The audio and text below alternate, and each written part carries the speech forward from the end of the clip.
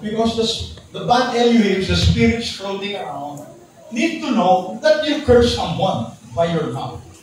Diba? The general rule is, they cannot read your mind. So a curse needs to be uttered. Kaya mag-iingat kayo. Huwag ka magdidesisyon pag galit ka. Iba ang lalabas sa bibig mo. It is a solemn utterance intended to invoke a supernatural power. Oxford recognizes the supernatural power behind the curse. Okay? What? To inflict harm or punishment on someone or something. Oxford yan.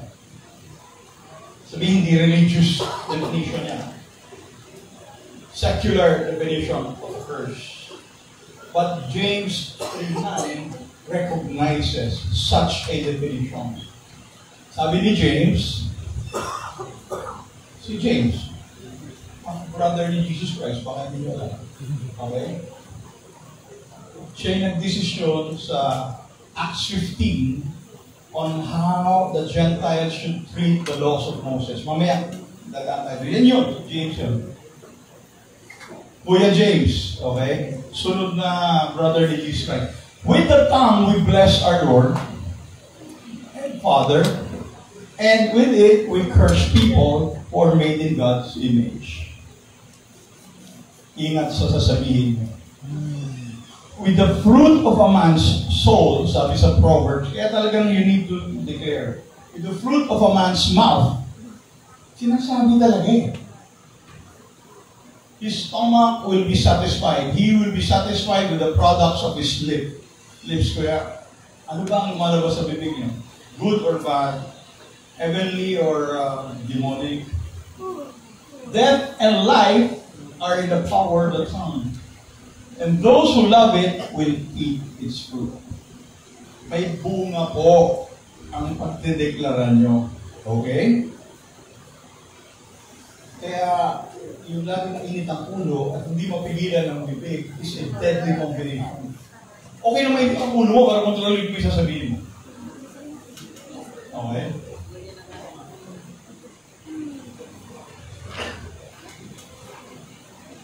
In God's eternal, unfathomable wisdom, sa bayan ng Panginoon, pinapapili ka niya. Gusto mo ba ng curse? O gusto mo ng blessing? Kasi opposite yan. Okay. Pareho, gusto ko. Hindi, isa lang. Huwag mo piliin pareho. Okay? Deuteronomy 11:26.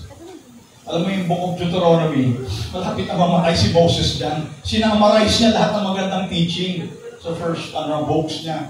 Sa Deuteronomy, sinasummarize niya, kaya paulit-ulit. Sinabi niya na ito para wag mong makalimutan. Today, I am giving you the choice between blessing and curse.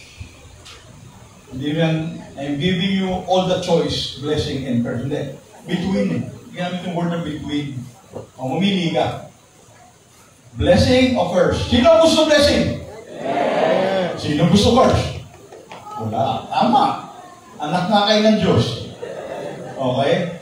So, after several chapters, sabi ni God, okay, pinapapili ko kayo, blessing or curse. Nung pinapapili niya na may witness si God, parang notary public, pag nag-notarize ako, may dalawang line, the witness. Ito ginawa ni God. Sa kanya galing lahat ng mga legal system natin. I call heaven and earth, heaven, unseen realm, earth, physical realm. I call heaven and earth, what? To witness against you today. O unang-unang pinapili niya. Blessing or curse. Ang witness natin, heaven and earth, heaven and earth. That I have set before you, pinapapili ko kayo, life and death. So, blessing and curses, life and death. Pero may mga tao pinipili pa rin yung curses and death. Di ko maintindihan. A lot of people are cursing Israel. Di ko maintindihan, di ba? Pinapili na nga eh. Life and death, blessing and curses. Ito yung underline ko eh. Therefore, hindi mo to. Therefore, ano dapat piliin? Pinapapili ko kayo, pero ito piliin mo. Di ba? Parang may raffle, raffle tayo. Ito yung major prize, 17-inch TV. Raffle, ito piliin mo, dito yung TV. Parang gano'n. Therefore, choose life. That you and your offspring may live. Balik ako doon. Yung choice ng bawat isa dito, hindi para sa iyo lang yun. Yung choice ni Pastor Allen, kasama yung asawa at anak niya na magbe-benefit. Or, first. Some parents have chosen the wrong side of the coin and then nag-reap ng harvest yung mga ako niya na. Alam mo, isa pag may isang tao na kahit anong gawin malas, pag-pray mo na lang na makatuwa naman yung pwedeng na ipasa ng lolo to lang. And it even happens to believers. Hindi automatic eh. God gave you the will and the wisdom to discern kung anong dapat mong i-battle sa pamilya mo. Iba-iba ang problema ng pamilya, hindi pare-pareho. Hindi na. Your choice will bear fruits. Okay? Merong tinatawag na self-inflicted curse, which actually Peter did. But in Psalm 109:17, sabi dito ni King David, he loved to curse. Lalo ba kayong tao na ginawa ko tayo magsumpa at magmura? O, iwasan nyo yun, mahahawa kayo eh. He loved yung mahal-mahal niya. To curse. Let curses come upon him. Kasi sabi naman ni King David, hilig niya mag-curse, babalik sa kanya yan. Okay? He did delight in blessing. So, sobrang kuripot, at yung pag-declare ng blessing verbally, hindi niya masabi. Hindi lang yung pera, hindi niya maibigay, pati yung blessing, ayaw niya sabihin. Hindi kita i-bless, alam mo. Okay? May it be far from him. Kaya alam mo, kung yung kaaway mo, asar na asar na. Galit sa iyo, i-bless mo. Bakit? Galit sa iyo, ayaw niya eh. Ayaw mo mag-bless, kaaway kita, yun eh. Salamat. I-bless mo ang kaaway mo. Amen? Sabihin mo, pag ayaw mo, sabihin mo agad, ayaw mo. Para may nakakarinig, ayaw niya ng blessing. Akin na lang. Eh, paano? Manalo ka sa loto. Ayaw mo. Pabalik sa'yo? Hindi. May it be far from him. Okay? Self-inflicted curses. Alam mo sa Christian, kung dati kang ganyan, baka kulang ka sa renewing of your mind, kaya hanggang ngayon, ganun ka pa rin. Romans 12:2, di ba? Para malaman mo yung good, pleasing, perfect will of God, you need to change the way you think. Karamihan ng ibang Kristyano kasi na-born again lang yung spirit, yung soul sa heart, iwan. Hindi na rin yung utak. It invites curses. Amen?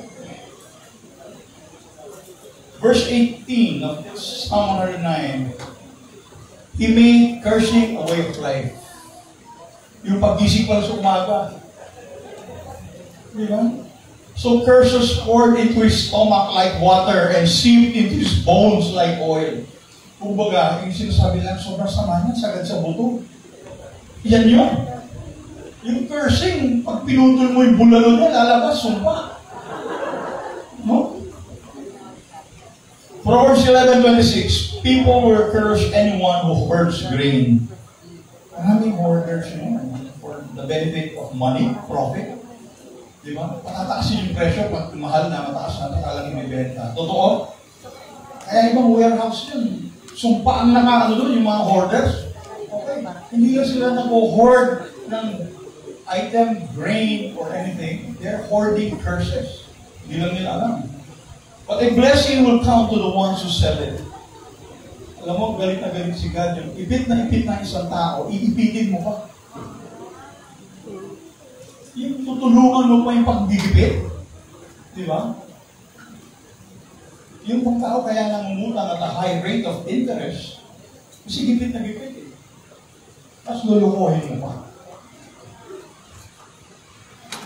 Proverbs 28:27.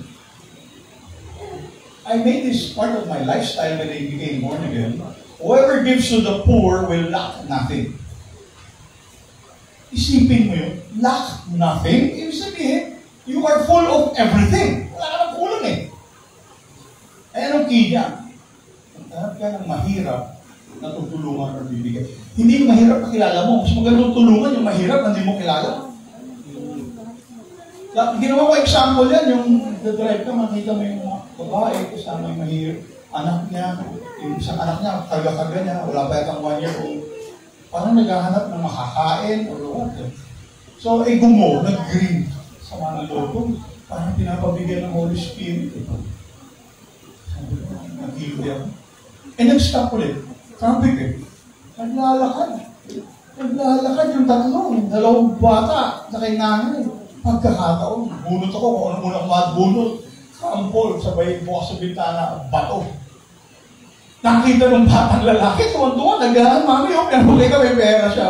Kaya at least, nawala yung guilt ko. Kaya minsan may benefit din ng traffic. Salamat Diyos. Sa Diyos may traffic. Di ba?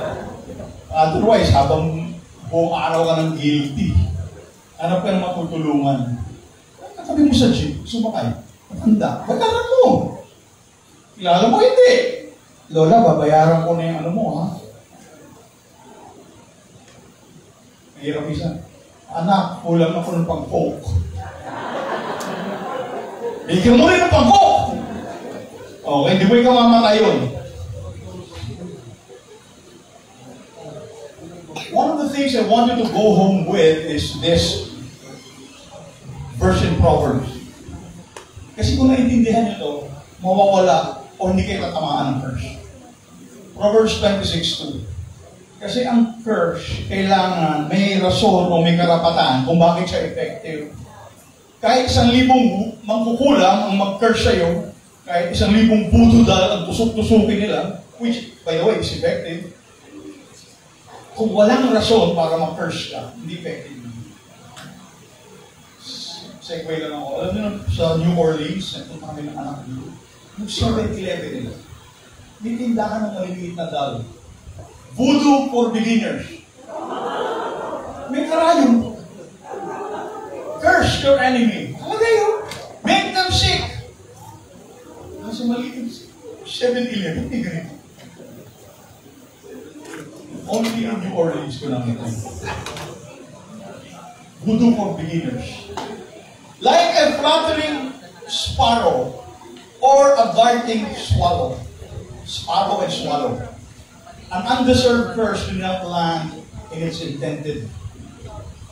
Undeserved curse. Lord Jesus, in Jesus' name, lahat ng tao dito, pati pamilya nila, undeserved curse lahat yan.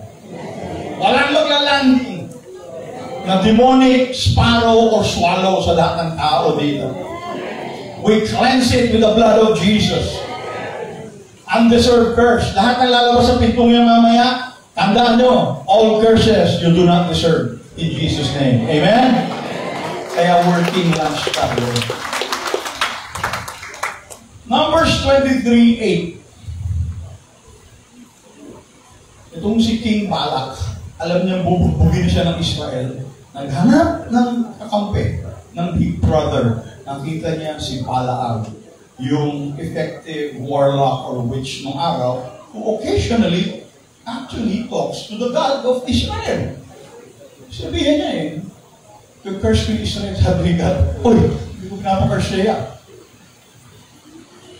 Una ayaw niya i-curse. Ayaw ni God. Ilang beses, hanggang yung donkey, di ba? Nagsalita na yung donkey. Yan yun. Pinapakurse ang Israel kay Balaam, kay King Balak. Yan yung ginawa. Kasi sabi niya, how can I curse someone God has not cursed? So walang go signal ni God para i-curse yan. From whom He gets His power to curse or to bless. How can I denounce someone the Lord has not denounced? So paano ba si Balaam? Sinusunod niya si God. Sa simula. Kasi later on sa Book of Numbers, tinuruan niya kung paano maging effective yung curse na hindi niya ginawa. Alam mo, minsan yung salbahe, ganun eh. Tanggap na ba kayo ng ganung advice? Hindi ko gagawin, pero gawin ko ito. Hindi ako gagawin. Pero ikaw gumawa. Parang sasabi pa, di ako magre-repent, ikaw mag-repent. Hindi ako ha. Pero tinuruan mo paano gawin yung mali.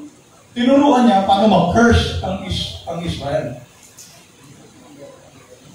Bigyan mo ng mga babae, kung Moabites, Ammonites, yung mga paligid nilang mga babae na hindi Israelita.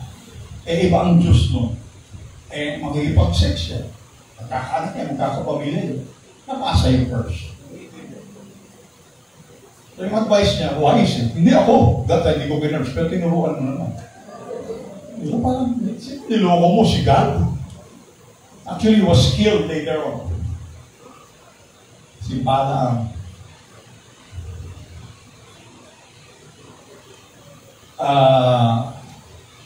Sino dito ang tingin yung sa New Testament wala na masyadong ganyan curses? Dito. Kasi si Jesus mismo nagtuturo about curses. Matthew 5:44. Matthew 5:44. Sa Matthew 5:44 na tayo. Yeah. Jesus mismo. And I say unto you, Jesus Christ, love your enemies. Mahirap gawin. Mahirap gawin. Pero sabi ni Jesus Christ, bless them that curse you. So, panahon ni Jesus Christ, alam niya, marami nagsusumpaan doon.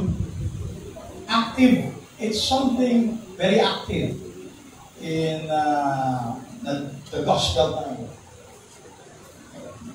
Do good to them that hate you. Sama, pahirap ko. Diba? And pray for them which despitefully use you. Inamit ka na nga eh. Diba? And persecute you. Dinamanda ka pa. Ano ka tumulong? Dinamanda ka pa. Diba? So, Jesus, New Testament book, merong curse pa lang. Sabihin, sa Israelite, part of their daily lifestyle siguro yung curse. Mainitin din siguro yung ulo nila lagi. Yung ibang curses kasi hindi sinasadya eh. Alam niyo ba yun? Sa init lang ng ulo. Kaya mag-ingat kayo. Pag mainit ulo mo ka ng salita, zipper lang. Baka may masumpa ka pa. Diba?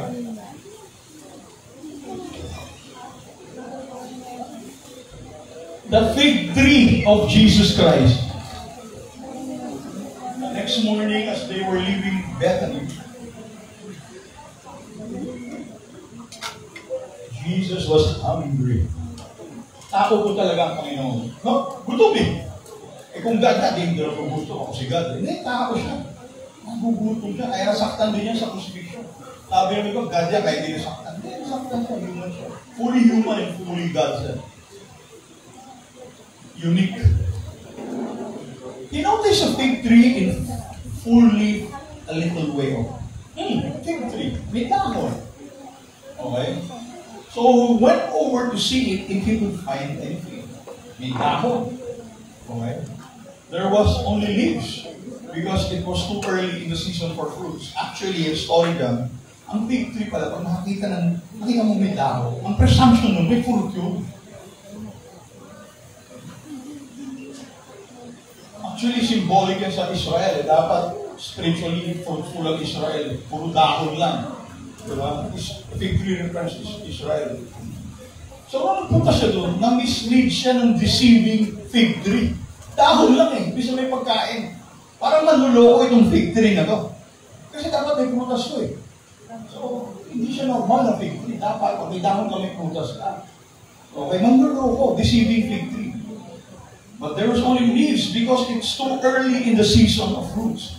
Then Jesus said to the tree, may no one ever eat your fruit again. So, kinurse mo. Okay? After a few verses, look, Rabbi, sabi ng mga apostles, the fig tree you cursed has withered and died. So, the Lord cursed the fig tree. The deceiving fig tree. For not having fruits. And because supposed to have fruits, may leave siya, and Jesus was hungry. And I think Jesus traveled some time para mapuntahan yung fig tree, puro dahon lang pala. Okay, hindi pala kambing ang Panginoon, nakakainin yung dahon. Hinahanap niya figs. Okay, figs. I am trying to look kung saan nagsimula yung curses. Actually, sa garden. Yung first time na kinurse ni God, yung serpent, si Eve, at saka si Adam, for being disobedient. Sabi, you can eat of any fruit except the tree in the middle. Diba? The tree of knowledge of good and evil. Nauto ng serpent si Eve, nauto ni Eve si Adam, na-curse silang tatlo. Okay. Pero sa Book of Romans, ang ganda ng pagka-explain ng effect ng curse niyo. Yeah. Yet, what we suffer now, the year 2025, we're suffering, obvious ba? Politically, economically, dito magkakagera pa yata, ang daming pwedeng mangyari hindi maganda. Okay? Gera sa Ukraine, Middle East, manakalo pa sa China, South America. We suffer for so many things.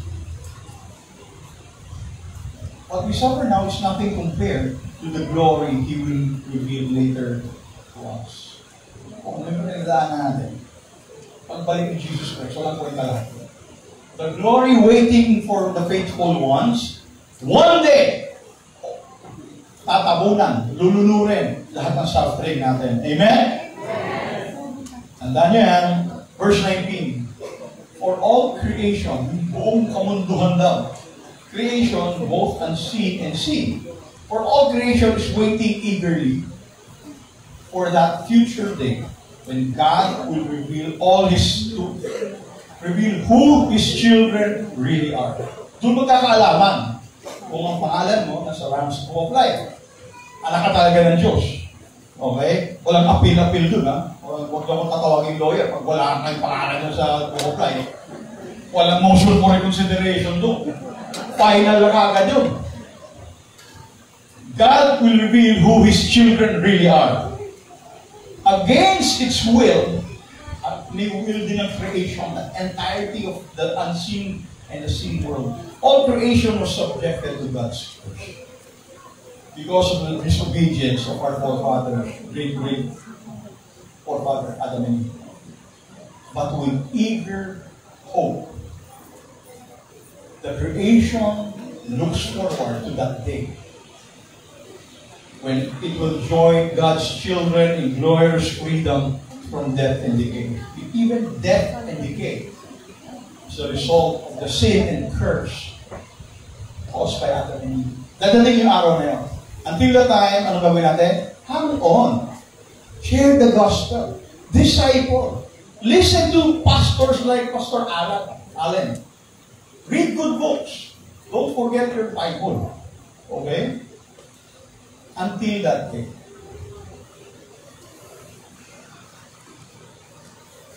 Ano ba yun? Galatians 6:9. Do not get tired of doing good. Huwag daw kayo magsawa, gumawa ng dapat, kagandahan ng dapat. For at the right time, you will reap a harvest of blessing. Galatians 6:9. Sino nagsasawa na dahil mabait kayo? Alam mo, yung iba, pangilin mo. So, sawa na akong tumulong. Yung iba, sawa na mag-tithe. Do not get tired of doing good. Okay? Kailan matatapos lahat ng sumpa? Diba? Ayan. Pagdating ni Jesus Christ at saka sa end time, the last book of the Bible. Read the last book of the Bible. Then He showed me the river of the water of life. Alam mo, takot ng demonyo dyan. Pag binabanggit ko sa prayer time kaya pag may dinideliverance ako, yung water of life flowing from the throne of God. Alam ng demonyo, hindi na nila makikita. Clear as crystal flowing from the throne of God and of the Lamb. Linis lahat ng kasalanan. Down the middle of the city's main street. The tree of life, buhay na ulit kung saan nanggaling yung problema ni Adam and Eve. The tree of life was on each side of the river. Grabe ng tree of life noon, ha? Bearing 12 kinds of fruit, producing its fruit every month. The leaves of the trees are for healing of the nations.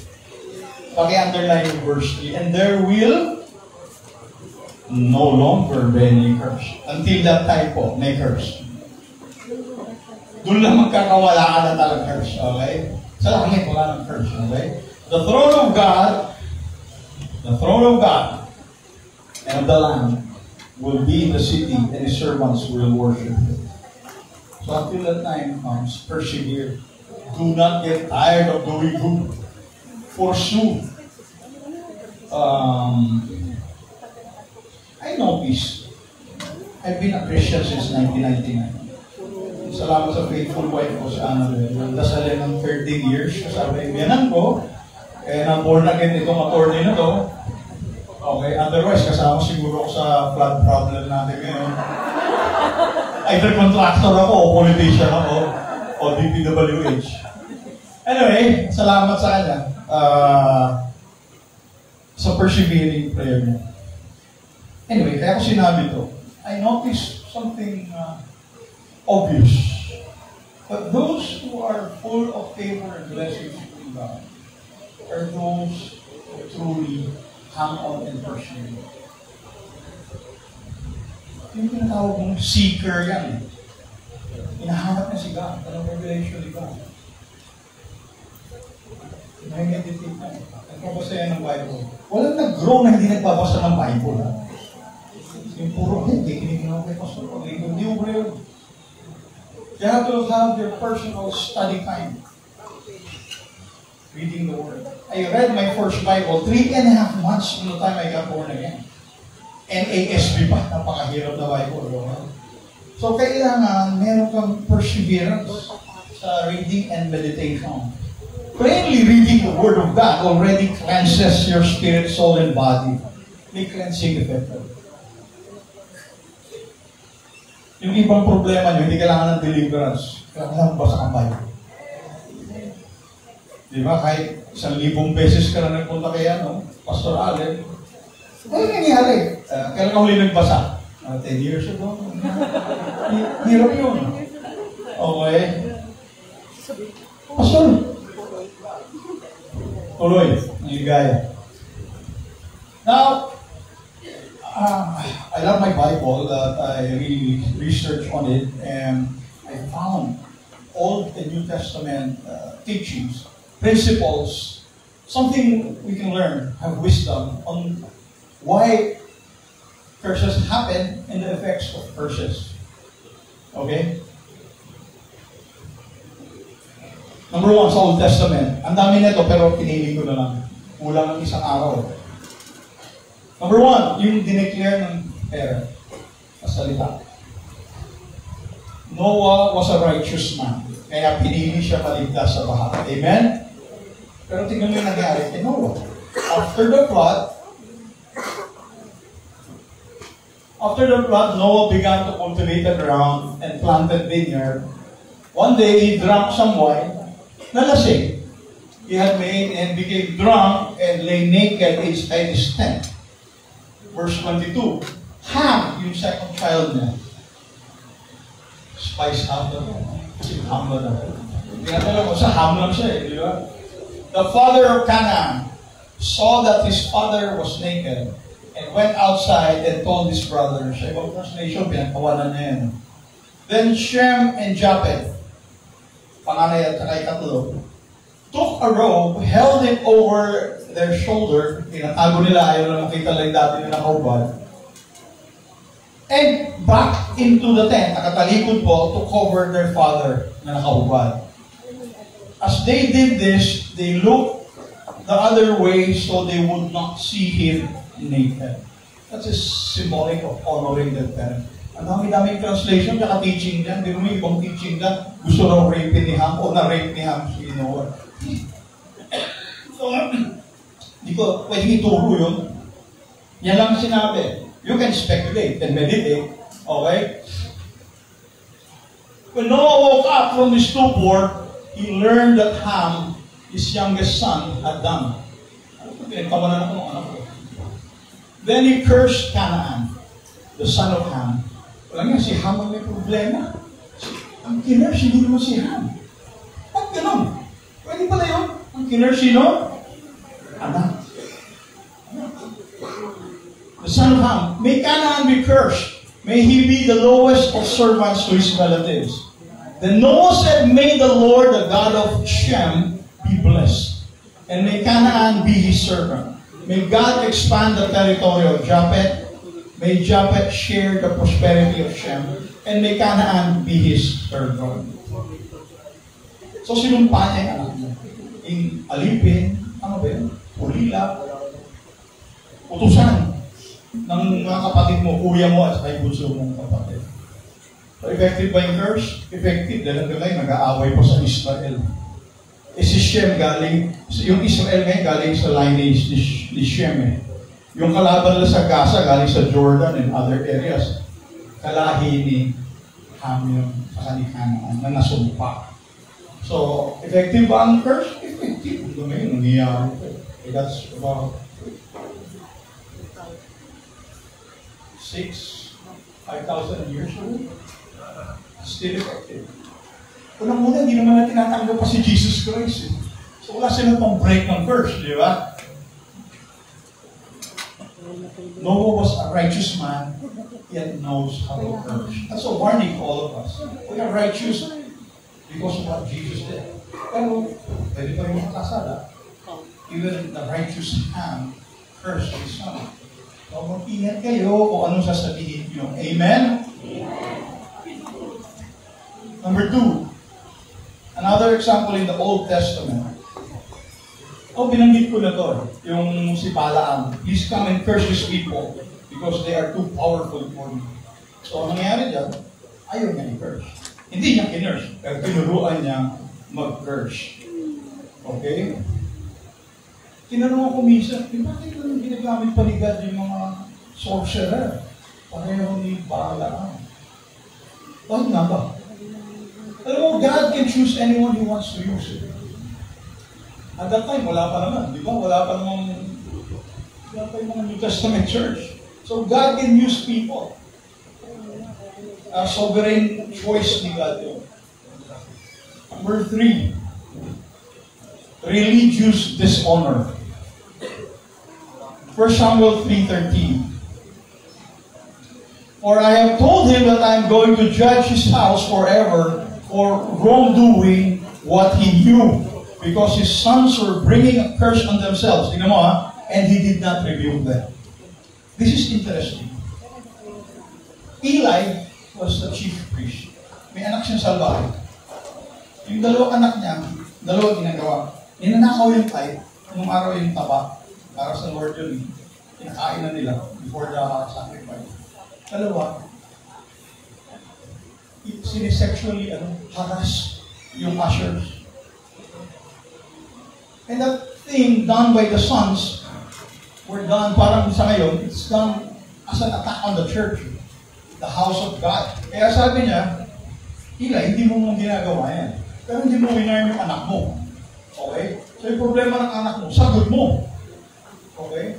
The sons are bringing a curse on themselves and affecting the priestly life. Dapat tuloy-tuloy ang priestly life ni Eli at ang anak niya. Hindi nangyari. It's a warning that sometimes the sins of your children might affect you and your family. Why? Hindi mo winarni mo. Only sin of Eli there is hindi niya mo winarni na. Pinabayaan niya lang. Sige, go ahead. Next week, may bagong asya.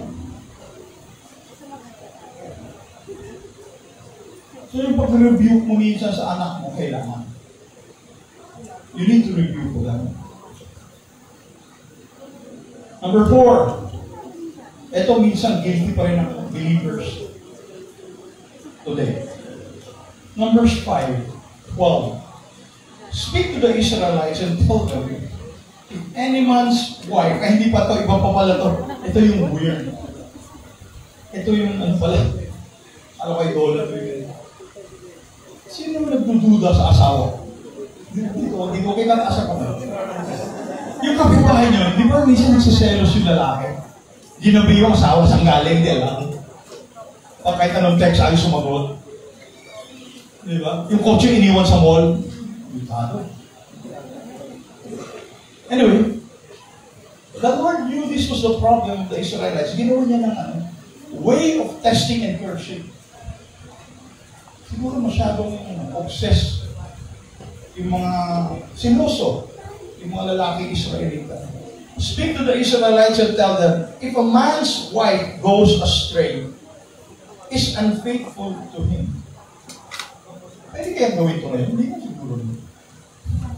And sleeps with another, but it is concealed from her husband, and she is undetected. Walang proof. Hindi pwedeng i-demanda. Even though she has defiled herself. Since there is no witness, parang problema ng lawyer ito sa adultery case against her, and she wasn't katila. Nakita niyo yung problema ng araw. Wala nang CCTV ng araw. Walang cellphone. Walang tracker. Pero si God, hindi nawawalan ng option. Tatawagin yung priest. May ipipresent na tubig. Ipipray yung tubig. May this water that brings a curse, yung tubig na papag-pray ng Levite priest. Ako, wala doon. Papag-pray ng priest. May this water that brings a curse enter your stomach, causing your belly to swell and your womb to shrivel. And the woman will reply, Amen and Amen. Pag guilty yung babae, mamimilipit siya sa sakit. Hindi naman sinabi kung mamamatay, pero pwede mamatay. Pag yung selos walang basis, yung water na curse walang effect. So sabi sa inyo, itong curse, buhay ito eh. Parang alam niya kung magiging effective siya o hindi. At alam niya kung sino tatamaan at hindi. Diniglayan ng Levite. Pag guilty ka at sinungaling ka, mamamagayin siya mo. Kakasakit. And the woman will reply, Amen and Amen. Walang statistics kung gano'n siya ka-effective, but I think it was severely effective. Paul spoke in 2 Corinthians, therefore come out from among them and be separate. Okay? Do not touch what is unclean, and I will receive you. So meron po mga sitwasyon, sa book of Revelation, may command si John, that my people get out of Babylon. Otherwise, the sin of Babylon will affect you. Ganyan din siya. Do not touch what is unclean. Nung araw kasi, pag namatay ang isang tao, close relatives lang pwede gumawa. Hindi pwedeng hawakan ng kung sino-sino. Ang pwede lang mag-embalsa mo o magbihis ng patay, yung close relatives. Do not touch what is unclean. For them, a dead person, the body of a dead person is dirty. And you're required not to touch them. Yung ko sa inyo yung nagsoli kami ng anting-anting sa Batangas. Meron akong first disciple ng Chinese. Tinuturuan ko siya i-break yung anting church. Meron siyang pinupuntahan pala sa Batangas. Nagbigay sa kanya ng anting-anting na medalyo. Malaki, metal. So, nag-decide kami i-soli. Sabi ko, hindi yan. Soli mo doon sa nagbigay sa'yo. We drove all the way. I think sa Lipa, Batangas. May tiga Lipa dito. Pinuntahan namin yung may-ari. Soli mo. Punta siya. Park kami. Bumalik. Joke, wala daw. Gawin natin dito. Ang gawin natin. Pag-pray natin. Pero ayaw mahawakan yan. Palot mo. So, binalot sa dyaryo. Binalot sa dyaryo. Ayaw. Kasi nga, touch. Do not touch and clean things. Ayaw mahawakan yung anting-anting niya. Binalot sa dyaryo. Pinag-pray namin yung dyaryo. Pinag-pray natin. Binuksan niya ulit pagtaas ng pag-pray. Alam niyo na meron sa anting-anting? Nasunog! Paligid ng abo. Pray na! Wala naman kami nakita apoy eh. Bukas niya, naging parang uling. Bakal pa rin siya, pero may uling siya. Nasunog. Simple prayer. Pero sinunod ko, touch not unholy thing. Pero kuha ka niya, balutin mo. So, nakabalot lang si Dario. Okay. Touch not unholy things. Isaiah 52:11, leave, go out of there. Do not touch anything unclean. Okay, mga gamit na manghuhula, mga tawas, manghuhula, hawakan yan. Stay away from that. Anything unclean, get out from her. Purify yourselves. You who carry the vessel of the Lord. So tayo may presence ng Holy Spirit. Alam natin umiwas yan. Huwag ka masyado matapang. Hindi, nasa akin Holy Spirit, hawakan ko yan. What?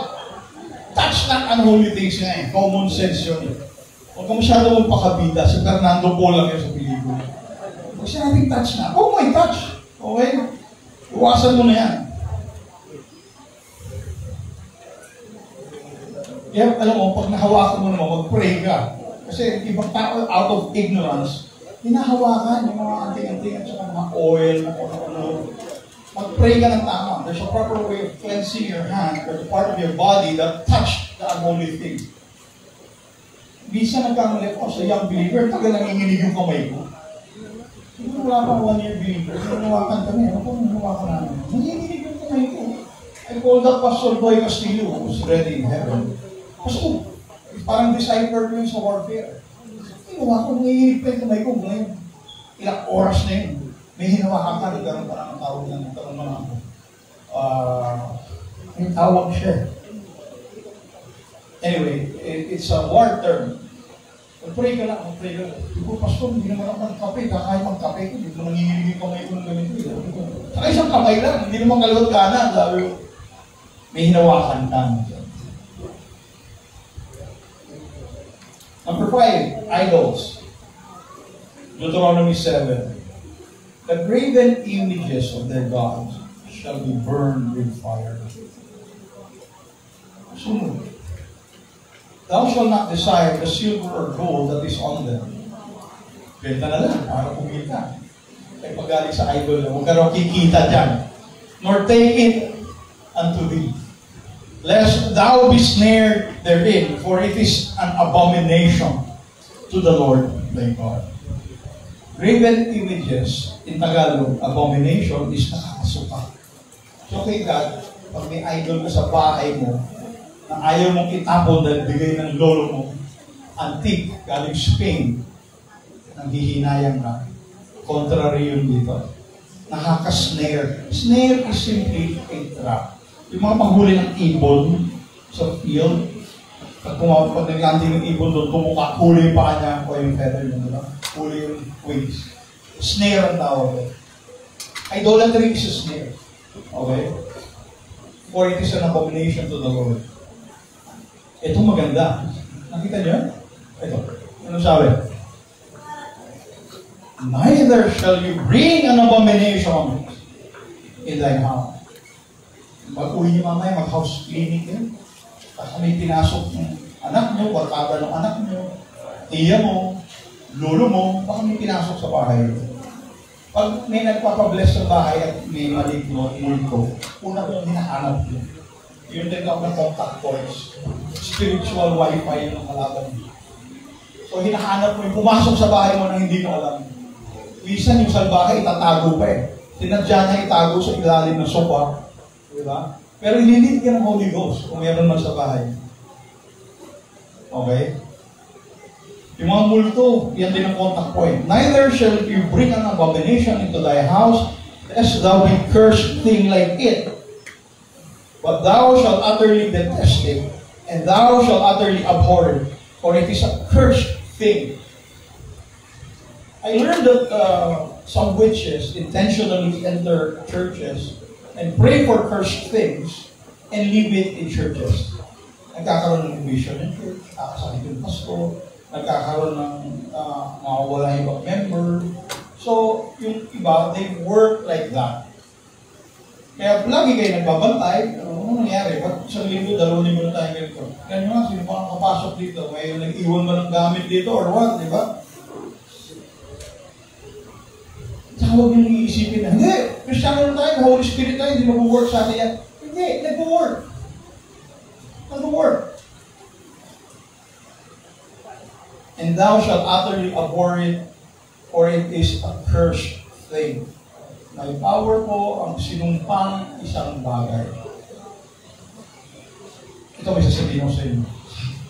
Hindi masyadong spiritual yung church na yan. Pero lumapit sa akin sa lawyer.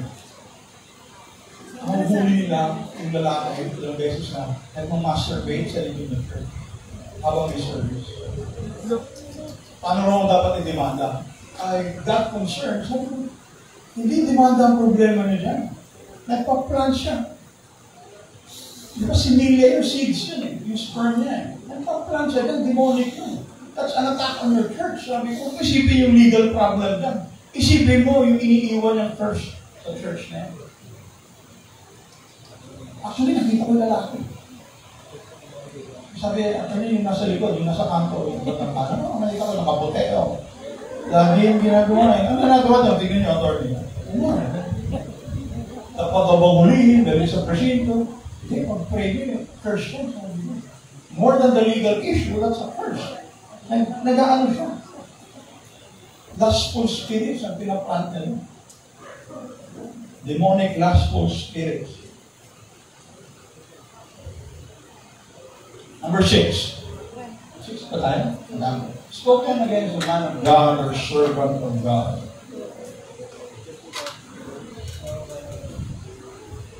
Maraming pastor, di ba? Sa isang church. Ito, nangyari dito, yung junior youth pastors or yung wife of the pastor, nagkaroon ng rebellion against the senior pastor. Si Moses kasi ang bida. Si Miriam at si Aaron, mga kapatid. Usapan lang. Bakit? Si Moses lang ba kinakausap ni God? Tayo rin ah. Yun ang nangyari dito. Sa Numbers 12. Narinig ni God. Hindi man chismoso si God. Pero narinig niya lahat ng pinag-uusapan, lalo na sa temple niya. Okay? Omniscient, omnipotent siya eh. So narinig niya lahat. Tinawag niya. And he said, Miriam, Aaron, Moses, hear my words. If there is a prophet among you, I, the Lord, make myself known to him in a vision. I speak with him in a dream. So dreams and visions is an avenue where God communicates to his people. Not so. Ito maganda. Yet to see someone promoted by God like this. Not so with my servant Moses. Okay? He is faithful in all my house. With him, I speak mouth to mouth. Clear and not in riddles. And he beholds the form of the Lord. Grabe. Promoted kung sino si Moses. Tinanong, why then?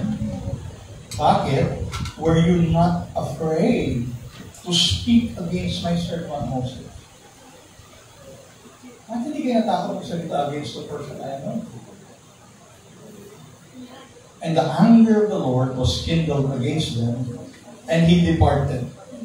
When the cloud removed over the tent, behold, Miriam was leprous, instant automatic leprosy for speaking against the servant of the Lord. Remember, Miriam and Aaron also may closeness, may relationship naman siya sa God ni Moses. But they spoke against Moses. Miriam was leprous like snow, and Aaron turned towards Miriam, and behold, she was leprous. Alam mo paano gumaling yung leprosy niya? Sabi ni God, Moses continue. The person na pinag-usapan nila behind his back was the person whom God said, Moses, pray for her. Kaya dalawa silang si Abraham at si Moses, friend of God, di ba? Kaya siya talagang friend of God. Number 7. I want you to understand this because it might affect some of you. This pertains to some lukewarm believers. Lukewarm believers. Likat, di ba? Okay, ulitin ko ha. Lukewarm believers. Huwag may pataas yung kamay niyo kung lukewarm kayo. Warning lang ito. Deuteronomy 28:47. A curse if you do not serve the Lord your God with joy, enthusiasm, excited ka for the abundant benefits you have received. May sumpa daw po. Yung puro binibless ni God, pero wala. Makamlay pa rin yung faith mo. On a level 1 to 10, baka 0.5 na. Hindi pa nag-1. Lukewarm believers. Note the word serve. Yung service mo is not ordinary service. Dapat with joy and enthusiasm. Excited ka. Di ba? Alam mo, isang clue dyan, ang lukewarm na believer, walang ministry. Sorry baka may tamaan. Yung walang ministry, mag-iisip ako, priority na ito. Medyo lukewarm ito. Di ba? Or, hindi generous. Ayaw magbigay, ayaw mag-tithe, ayaw mag-plant ng seeds sa mission trips. Diba? Ako, I always look for missionaries. Actually, baliktad. They look for me. Matulungin ako sa missionaries. Excited ako dyan. Okay. Number 8, nung araw, akala ko mga babae lang ito. Pati pala lalaki ko lang. Murder and abortion. Yung pagpatay ng bata sa womb is murder. Never sentence an innocent or blameless person to death. Yung pagpatay, pati yung mga doktor or nurses na kasama sa abortion. Never sentence an innocent or blameless person to death, for I never declare a guilty person to be innocent. A curse follows. Marami akong kilalang babae na nagpa-abort. Nung nag-asawa na sila, gusto na magkaanak, hindi na nagkakaanak. Yung kilala ko mga isa nag-anak, asama naman, may defect yung bata. So they do not understand that abortion is not just illegal, it's a sin, and it's a doorway for curses. Kasalanan, kawawa na yung bata. But those are the rules, the heavenly rules, whether you like it or not. Kasi a curse, hindi ko na-explain, a curse is like a law.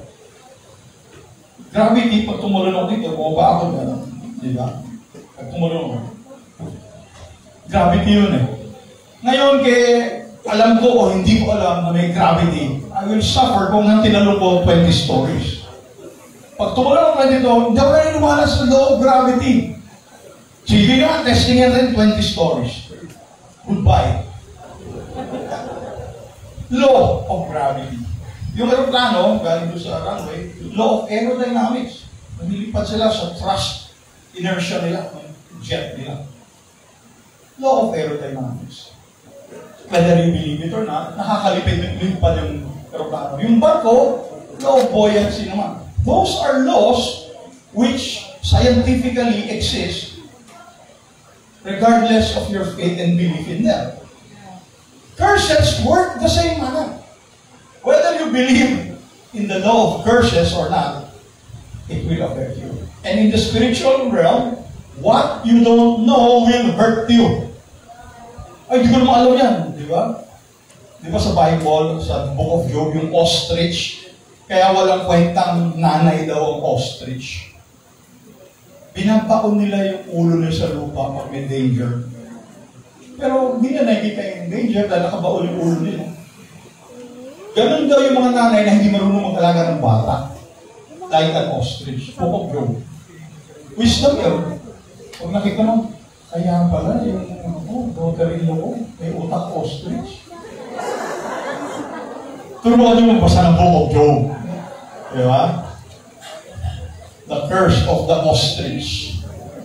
Ay, pag, di ba, working lunch tayo, pag may naalala kayo, huwag nyo pagtawanan lang, dapat pag-pray nyo. Lord, I remove the curse in Jesus' name. I cancel the curse in Jesus' name. Huwag nyo na hintayin, mamaya basta narinig nyo, applicable, i-claim nyo na agad, di ba? Family issues. Wala. Malachi 4:6. And He will turn the hearts of the fathers to their children, and the hearts of their children to their fathers. Okay? Bago raw dumating si Jesus Christ, i-reconcile niya yung kaaway na tatay at anak. Otherwise, I will come and strike the land with a curse.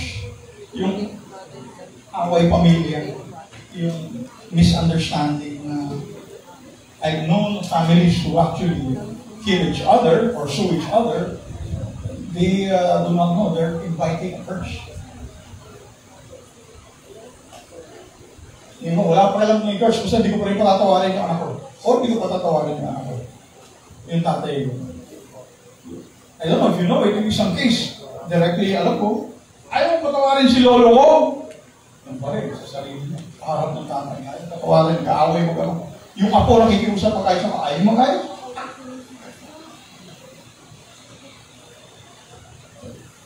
Ano pa ang mas magandang example sa sumpa ng away ng pamilya? Kung hindi nag-suicide yung anak ko sa harap mo.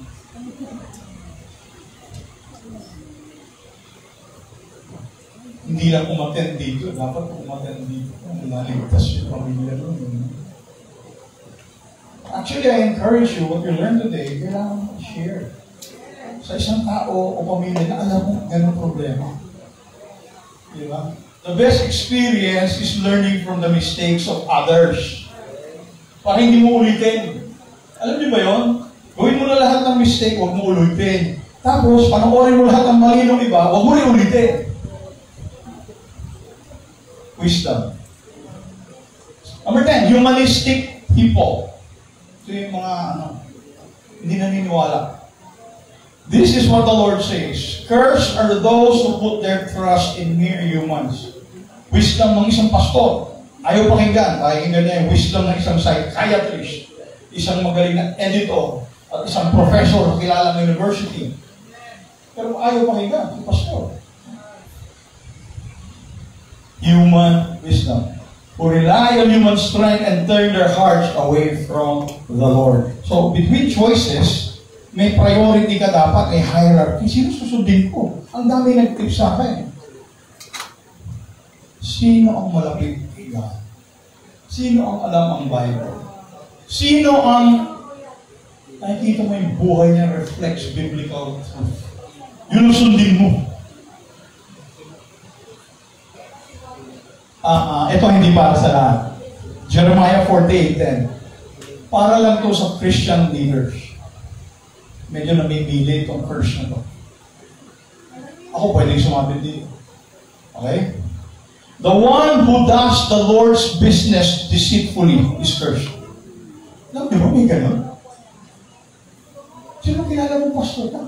Kapay si pastor. The one who does the Lord's business deceitfully is cursed. Hindi pa kaya mag-preach, magsasubo sa likod. Or pumunta sa, massage, PND. O makikipag-date sa same sex. May sumpa. Hindi mo nagsabi niyan. Salamat kay weeping prophet Jeremiah. The one who does the Lord's business deceitfully is cursed. Yung ang galing yung salita. Pag uwi sa bahay, kung i-treat yung household workers, may pastor na akong kilala, every 2 months ay papalit ng maid. Kinausap ko, pastor, kabibigay ko lang sa'yo ng maid. Ba't umalis ulit? Yata makasundo si Mrs. Diba? So, pag yung pastor or household, palit ng driver at maid, mag-isip ka na. Diba? Gusto yung malaman yung ugali ng tao, tanongin mo sa yaya. 15 minutes? Okay. Let's close in prayer na.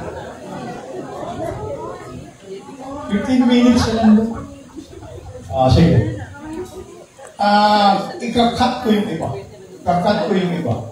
Kasi may mga importanteng special circumstances or curses. Okay?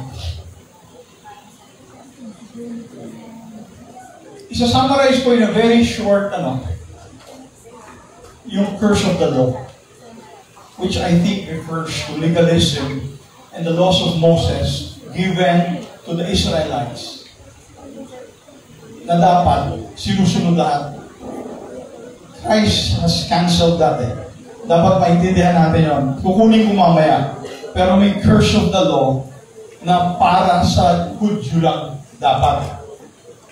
613 laws of Moses. Hindi lang 10 commandments. 613. And break one, you break all. Okay? Ano sabi dyan? Leviticus 26, if you do not obey me and observe all these commands, 613. If you reject my statutes and despise my ordinance, and do not observe my commands and break my commandments, you are under a curse. So break one, you are under a curse. Kaya sa Galatians, sabi ni Jesus Christ, kinancel niya yun. Okay? The curse of the law. Okay? The curse of the law. Pero, teka, may inat ako eh. Yung curse of the law sa Acts 15 na ginawa ni James, na-limit na lang sa 4. Pero anong Bible ko? Total, shortcut ko na ituturo ko. I-clear ko na lang din.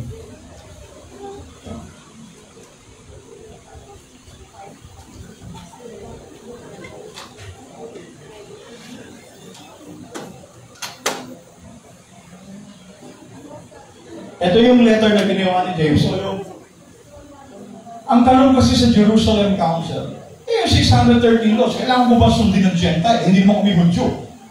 Valid question. Si Paul and Barnabas had to go to the Jerusalem Council headed by James. Itong sagot niya. Summary, in conclusion, kailangan sundin 613 laws? Sabi ni James, hindi. Okay, apat na lang. For it seems good to the Holy Spirit, Acts 15:8. And to us, to lay no greater burden other than these few requirements. Pang Gentile. CSB, Las Piñas, unless may Hudyo dito. May Hudyo ba? Ikaw, Hudyo ka? Parang sino Hudyo? Wala. So Gentile tayo lang. No further burden than these few requirements on the Gentiles. You must abstain from eating food offered to idols. 1. From consuming blood. From consuming blood, actually, live blood yan, okay? Or the meat of strangled animal. Sinakal. And from sexual immorality. So yung apat na yun. Okay? If you do this, you will do well. Wala ka sumpa. Hindi mo kailangan sundin yung 630 for Gentile believers. So, tayong mga under sa benefit and grace ni Jesus Christ, yung mga sumpa na yan, kaya burahin lahat yan. Nilimit na nga lang sa 4, yung bawal mo i-violate. Para yun na-violate mo, pwede ka mag-repent, or pwede pa rin makancel yung curse dyan. Yun ang maganda gawin. Okay? The curse of the covenant. May curse kasi yung covenant ng Jews pag hindi mo sinusunod. By the way, Derek Prince, who lived in Israel after the Holocaust, he's a good teacher. I always listen to him. Sabi niya, alam niyo ba nagka-Holocaust for the Jews? Simple. They violated every verse related to curses in their relationship with God. So Deuteronomy 28, which has 68 verses, 54 verses are on curses.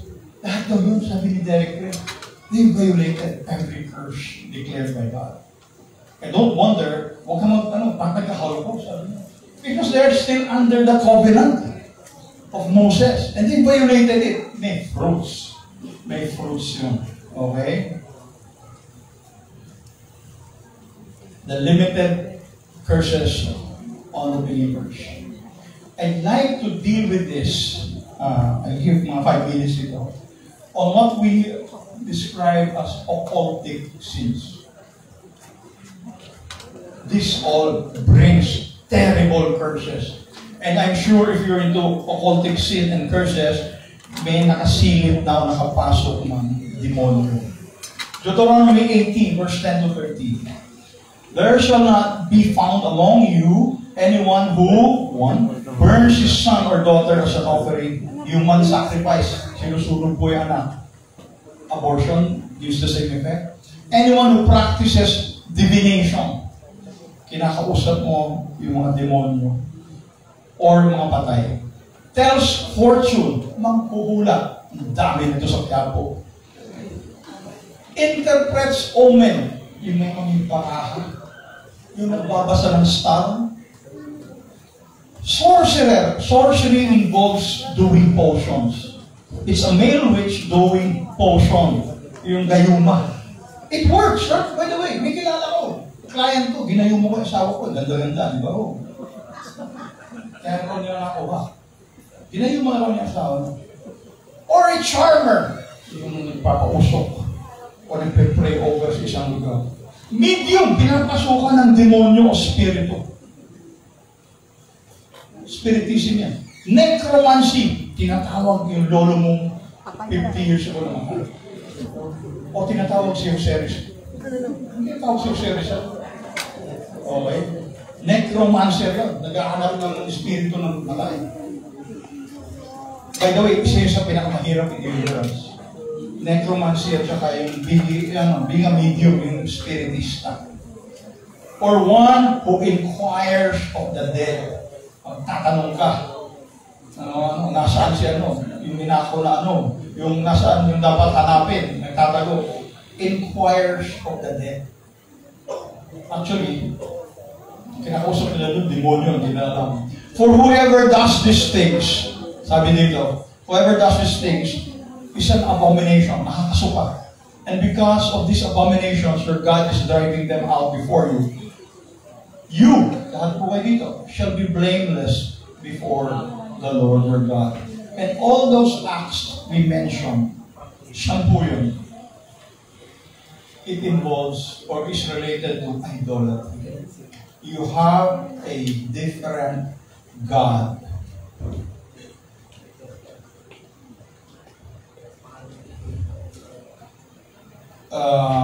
When Saul disobeyed Samuel, sabi ni Samuel,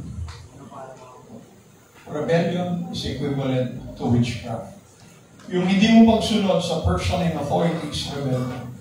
And para ka rin, pasok doon sa 9 acts na binanggit natin kanina. If you rebel against the chosen, anointed leader of the Lord. 1 Samuel 15:23 yun. Lastly, since mauubos na yung 15 minutes, marami to. At saka maraming guilty dito, illegal sexual activities.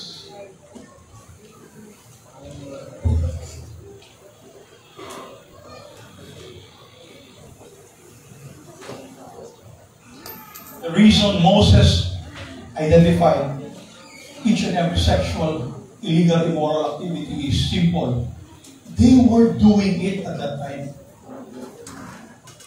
Hindi ito sinulat para sa year 2025. Wala pa nga silang porno noon. Dahil may porno na ngayon. Pero at that time, even without pornography, they were already sexually active, immorally. Deuteronomy 27:21.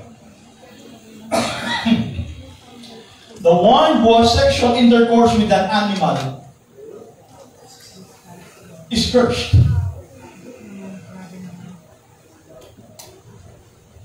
Ay, hindi kayo. Nasa Bible po yun. Tapos sa Leviticus 18, sinamarize ko naman po dahil mahirap yung imagination natin magkakalat pag isa-isa ko talaga. Ito yung mga bawal na relationship. Some sexual relationship with a close relative. Meron akong disciple, no? Inadmit niya yung kasalanan niya. Nagsisex sila ng sister niya, maliit pa raw sila, matagal na, and continues. And na-born again siya. Sabi ko, Mega, sorry sa kapatid mo. Sabi niya, hindi na, tagal na yun, yaman mo na yun, attorney. Hindi totoo yun. Hindi ka sorry dun. Mag-atonement ka dun. Sabi, i-admit niyong dalawa na mali yung ginawa niyo. Hindi ko alam kung ginawa niya. Pag sa fruits ng buhay niya, pag pinapanood ko sa kanya, mukhang hindi. Kaya sama ng buhay niya hanggang ngayon. With a close relative. Sex with both woman and her daughter. Ang asawa mo, may anak sa prior husband, tatlo yun, ginagalaw mo.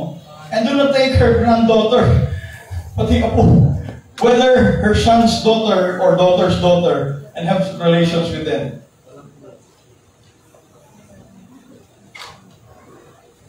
While your wife is living, nasa Bible po ito, okay, magulat, Do not marry her sister and have sexual relations with your sister-in-law.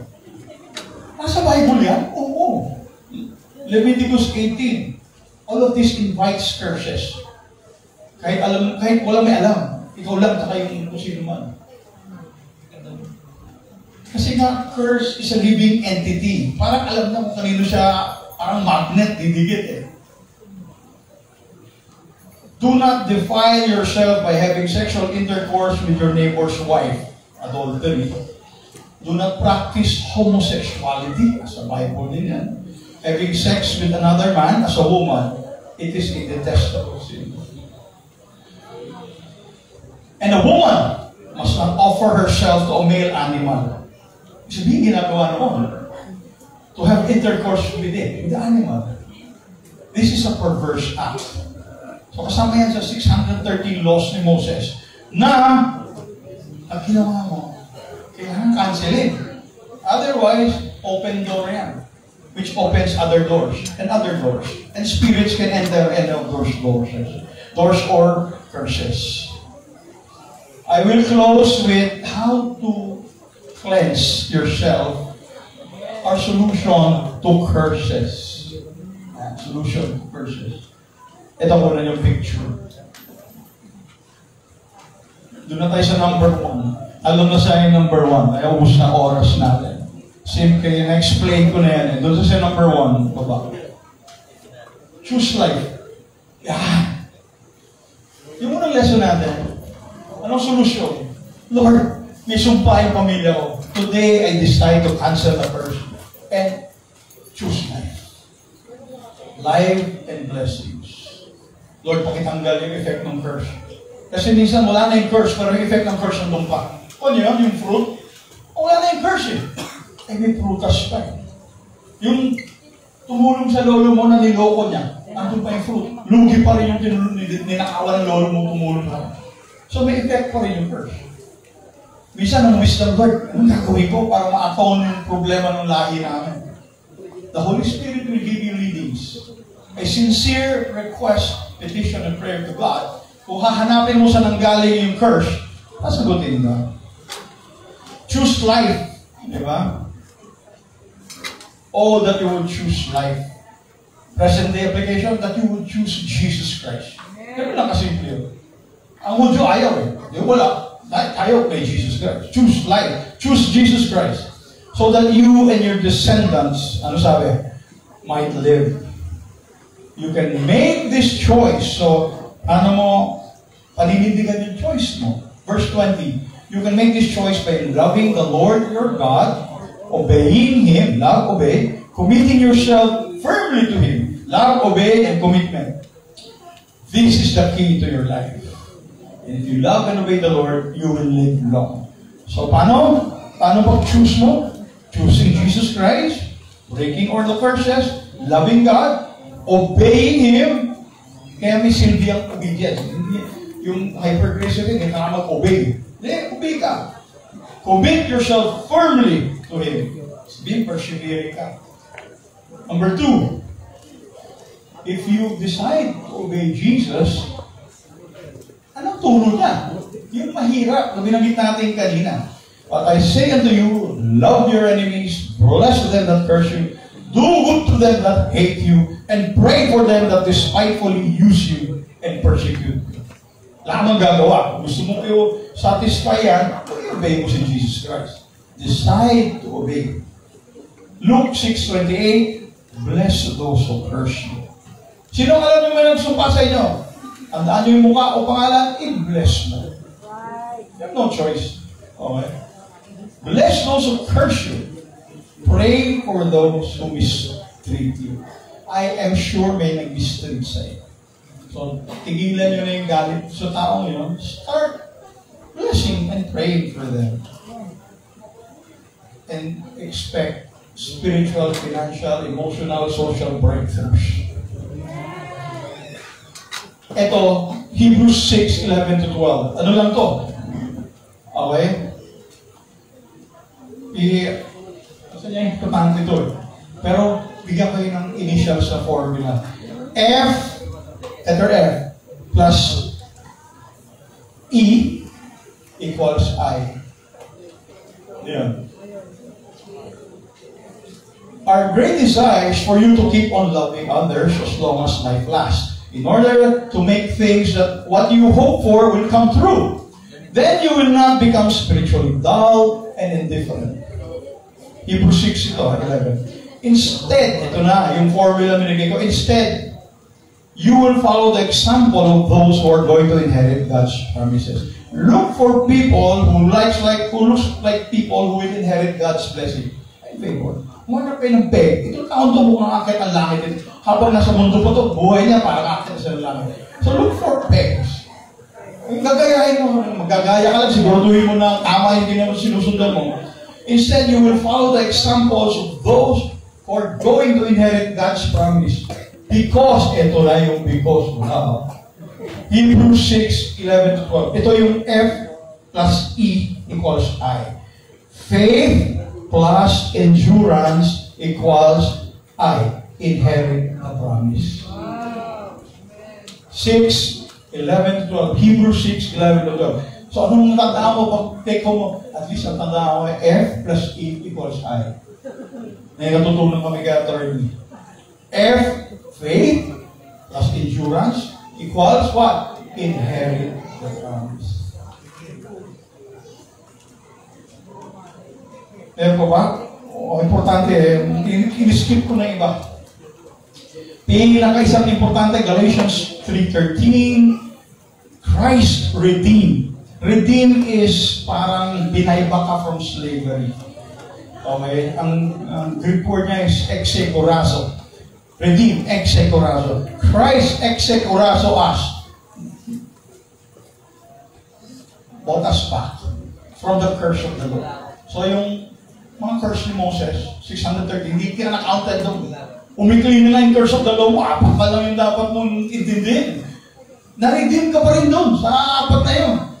By becoming a curse for us. Because it is written, curses everyone who is hung on a tree. So, he who has no sin was made sin for us. And kasama sa sin, curses. Pinako lahat sa krus yun. Pinako sa krus yun. Christ bought us back. Exegorazo. From slavery of the curse. From the curse of the law. Number 6, the blood of Jesus. Ito importante. 6 and 7, then we'll close in prayer. Hebrews 9:14. Just think. Ayaw, kung titingin ako na, nahihiya. Nahihiya. Hebrews 9:14. Just think how much more the blood of Christ will purify our conscience from sinful deeds. Yung utak niyo po, kahit napatawad na kayo, yung konsensya niyo, naaalala niyo pa, di ba? So yung paglinis ng konsensya mo, napopurify yun ng blood of Jesus. So that we can worship the living God. Ay, hindi maka-worship yung iba, pastor. Yung conscience niya, dumi-dumi. Hindi na alam yung blood of Jesus Christ, hindi automatic kasi yan eh. Mabuti kung automatic yan, hindi na natin tuturo yan eh. Kaya natin tinuturo, i-claim mo. Blood of Jesus, di ba? Blood of Jesus, purify my conscience. So that we can worship the living God. For by the power of the eternal Spirit, Holy Spirit, Christ offered Himself to God as a perfect sacrifice for our sins. Kaya hindi na kailangan pumatay ng tupa, baka, kambing, turtle dove, para mapatawad ka. More precious is the living blood of our Lord and Savior, Jesus Christ. Lastly, ito hindi masyado na ituturo dahil mahirap ituro. Pero totoo ito. Pag ko alam na totoo, nasa Bible. Ewan ko kung inactivate nyo na to. Actually, I did a study on this. Yung book, 1 John 5. Importante ito eh. Lahat kayo may privilege gamitin itong dalawang verse nito. I encourage you to go home and meditate on this. One point important. These things I have written to you who believe. Oh, wala na naman. Natatakot yata sa akin ito. Who believe? Sinasadya na yan Hindi na normal yan Go to 1 John 5. Ayaw yata ipakita ng kalaban 1 John 5. These things I have written to you who believe. Ilan kayo naniniwala? Iba't yung kalahati, hindi.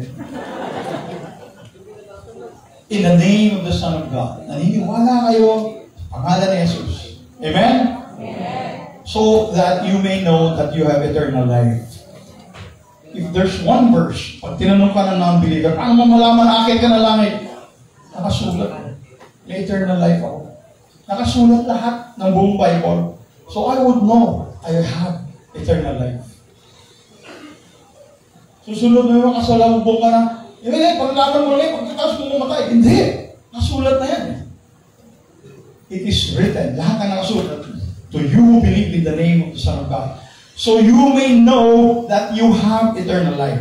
One of your privilege, because you have eternal life, is you have a priestly privilege and duty. Yung priest, kasi a priest is someone who stands before a person in God. Kaya kailangan ng priest ng Old Testament. When Jesus died as our high priest, hindi na natin kailangan ng priest. But you are a priest for someone and you stand for someone. Okay? So that you may know you have eternal life. So if you have eternal life, meron isang tao. Ito ang problema niya. And this is the confidence which we have before Him. Capital H yung Him. Ayan, sumilip ako ngayon. Ayan.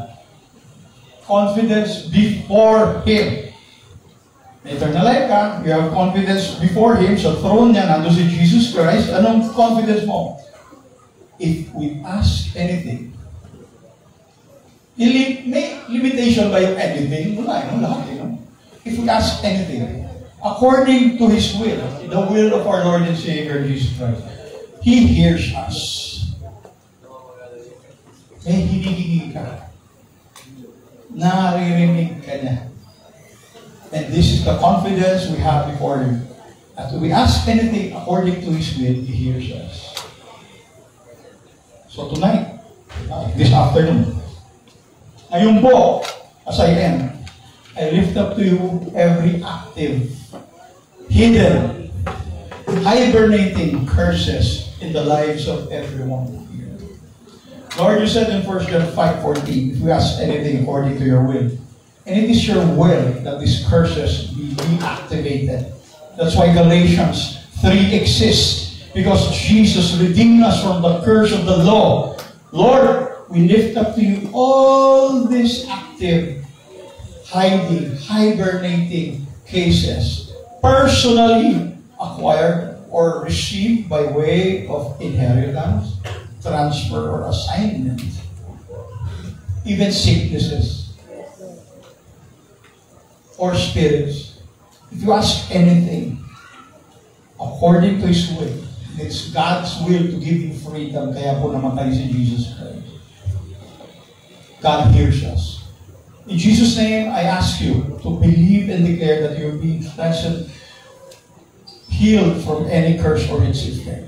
Think of any curse that might be active in yourself and your family right now. I'll give you 10 seconds. In case of doubt, banggitin mo na. Wala naman may alam eh. Nagdududa ka, palagi ko meron. Yung pinagdududahan mo, isama mo sa dasal mo. Additional 5 seconds. Lord Jesus, King of Kings and Lord of Lords, the Lord of Heaven's army, thank you, Lord, for dying on that cross for us. Salamat, Panginoon. It is your desire to give us freedom from anything that enslaves us, including personal, family, generational curses, or curses caused by our own sin or the sin of our forefathers. Nilalahat po namin lahat yan.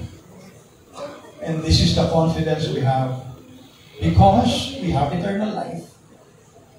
As we believe we are the children of God, we know that our names are in the Lamb's Book of Life. We have confidence to lift up to you all curses And Lord, may dadagdag po kami. Baka yung anak namin merong nakuhang curse. Baka yung spouse namin may nakuhang curse. Hindi na po forefathers na curse. Pati yung after us na mga kamag-anak namin. Or baka ginagawa kami, negosyo, or sa opisina, which is an opening or invitation for a curse. Lord, we might have rebelled against a person of spiritual authority. We take this opportunity to lift up any possible curse for each one who is present in this room. Lord, we are praying and declaring, asking for judgment in heaven to be registered. That all of us right now, including our loved ones at home, clean slate, Lord Jesus. Burahin lahat ng sumpa at curses. Tanggalin pati yung fruits, yung namungang mga mali. Dahil sa mga sumpa at curses. Lord, we repent for our ignorance. Nasa Bible po lahat yan. We declare cleansing even for our ignorance. Lord Jesus, the curse stops with everyone here. Wala nang pasa. Wala nang transfer. Kung ano man yung maling bunga, we declare favor from heaven, a replacement of the wrong fruits. To the right fruits na pwedeng mangyari because you're a miracle-making God. Some things meant for evil, we declare right now to be changed, to be bent, to be erased, to be cancelled, for fruits of heaven to manifest, fruits of the Spirit to manifest. Thank you, Lord, that the curse of sickness stops with us. The curse of insolvency stops with us. Lord, salamat. Hindi lang kami born again, but today we declare clean slate from our faults, the faults of our forefathers, and the faults of our ignorance. Clean slate in the spiritual realm. Thank you, Lord, for ministering angels. Some angels are replacing now the fruits, the wrong fruits, the cursed fruits, and replacing it with fruits God intends us to have. Lord, you said if we ask anything according to your will, and you want us to have freedom and fruitfulness, you will hear us. And all of God's people say, Amen. In Jesus' name, Amen.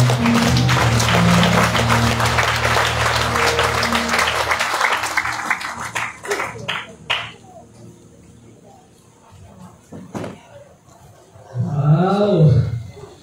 Who's blessed again for that session? Grabe yun.